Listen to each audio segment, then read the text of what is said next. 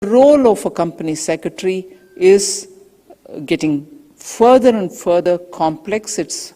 The scope is widening. At the same time, I think it will be interesting. This phase will be an interesting phase for all those who are getting into the profession now, because you're looking at a world which is for many more young people to join this institute to contribute to India's growth. Today, companies are not just large companies. You have small companies, you have medium-sized companies, you have companies who are clearly looking for a very tailor-made shape and size for themselves, like the startups. Everywhere, as defined in Section 53, your presence will be there, your presence will be felt where it is more than 10 crores share capital.